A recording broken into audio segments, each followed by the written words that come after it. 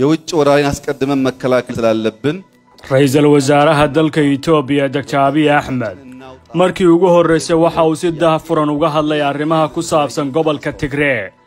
dagaalkii uu ku qaaday 8 bilood ka hor nidaamkiisu gobolkaas waxyaabaha ka dhashay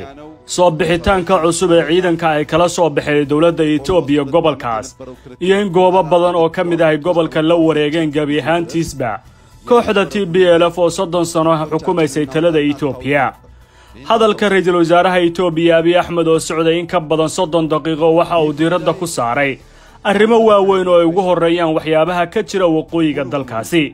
waxaanu soo minguurinay 7 qodob oo Abiy Ahmed uu ka hadlay waxaana uu diiradda saaray arrinta ugu horeysay ee gargaarka dhinaca aadanaha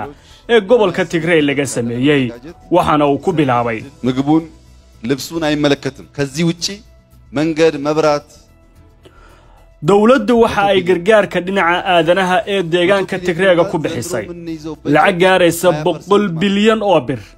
midaas oo 10 jeer ka badan qoondada miisaaniyadeed ee deegaanku ka heli jiray dawladda dhexe intaasi waxa dheer kharashaadka ciidanka iyo howlgalka ay wadeen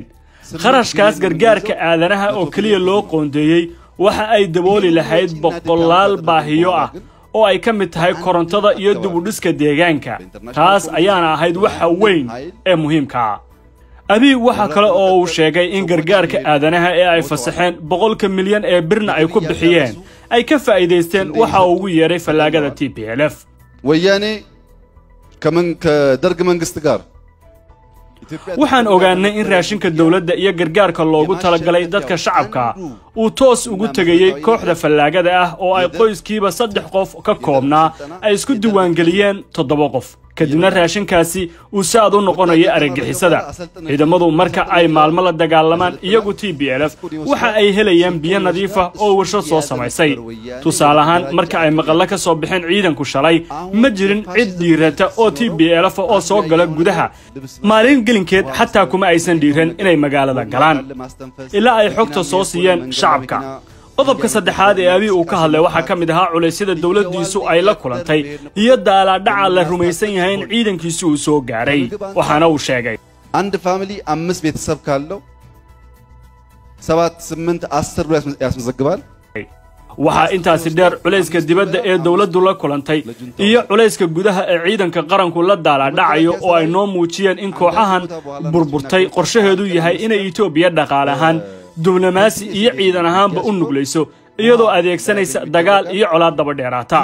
qodobka afraad ee Abiy ka hadlay waxa ay ahayd arrimaha ku saabsan sababta keentay in ciidanka uu kala baxo gobolka Tigray waxaana uu sheegay ይሄ ሳይንስ እኛ ከሄድን በኋላ ምን ይዘን ምን መታውን መተን ተጥቆቻችንን ወስደን markan arrimahan dhinacyo badan ka eegay waxa aan qaadanay go'aan ah in ciidanka qaranka aanu geyno meel uu nafis ku helayo oo aan deegaanka ka saaro isla markaana shacabka Tigray iyo beesha caalamka ma aan tusno dhibaatada juntaagu ay ku hayaan gobolkan juntaaga waxa uu la jeeday ra'iisul wasaaraha Itoobiya kooxda TPLF ዩኒቨርሲቲ ያለ ሰው ጋዜጠኛ መሆን ቢመኝም ዛሬ ያግባብትለው ግድ ለመጀመሪያ ስራ ያዝና ከዛ ገባለሁ አላገባም አይልህም ግን መጀመሪያ ስራ ያዝ ይላል qodobka shanaad waxa uu ka hadlay arinta ku saabsan in dagaalka looga adkaaday waa uu dafiray Abiy in dagaalka looga guuleystay አሁንም ይታያል ይሄ ዝንባሌ የሚዲያ ሙያተኞች ይሄንን ማወቅ መከላከል ማስተማር አለባቸው የምንፈልገውን ነው ደጋግመን ምን እናገረው እንጂ warbaahinaan waxa aad leedihiin dagaalka waa la idinkaga adkaaday aan idin tusaaleeyay oo su'aalin weydiiyay sidee ayay nooga adkaan kartaa koox iyaga oo xukunka iyo hubkaba haysta 3 toddobaad aan ku burburinay TPLF nagama adkaan nagamana guuleysan xeelad military iyo nasasho ciidan ayaan dib uga soo saaray ciidanka qaranka Abiy qodobka lixaad ee uu ka hadlay waxa ay ku saabsanayd arrimo uu sheegay inay ka qarsoon yihiin kooxo badan ማሸነፍ አይደለም በተደጋጋሚ ሰሞኑን ሲናገሩ ሰምታችኋል wax badan oo dadka ka qarsoon iyo culaysyo badan oo aan isku daynay inaan xal u helno ayaa jira nalama qumana in Itoobiya la burburto koox iyadu hore u burburtay Abiy Ahmed waxa kale oo dhinaca kale sharaxay awoodda kooxda TPLF waxaana isbarbardhig ku sameeyay ciidanka dalkiisa iyo awood ahaan inta askari ee hadda ay ka kooban yihiin kooxdaasi ወታደሩ እንደምታውቁት ለምሳሌ 50 ሺህ ወይ 100 ሺህ እንኳን ቢሆን Tigray awoodooda ciidan oo idil waa 100,000 oo askari markaan ogaanay xogtooda oo idil waa intaas waxa ay sameeyeen 20,000 magaalo ayay geeyeen ma kula tahay inay u qaybsami karaan ciidanka Ethiopia inay soo istaagaan ciidamada tiradaasi koobana meesha ay ku joogaan 20,000 hadii la dul dhigo 50,000 awood ay isaga celiyaan ma heli karaan ama isaga caabiyaan waxa ra'iisul Ethiopia uu hadalkiisa ku soo gabagabeeyay inay dadaal badan gelinayaan sidii ugu dambeyn xal waara loo heli lahaa waxa uu sheegay in Ethiopia oo qarana ay ka guuleysan doonto waxa uu yeeray kooxaha argagixiso si weyn ayuu u weeraray reer galbeedka mana qarsan talaabada uu qaaday inay ahayd mid cadaadis u keenay dhinaca kalena waa uu qiil sameeyay talaabo kasta oo uu qaaday muddooyinkii la soo dhaafay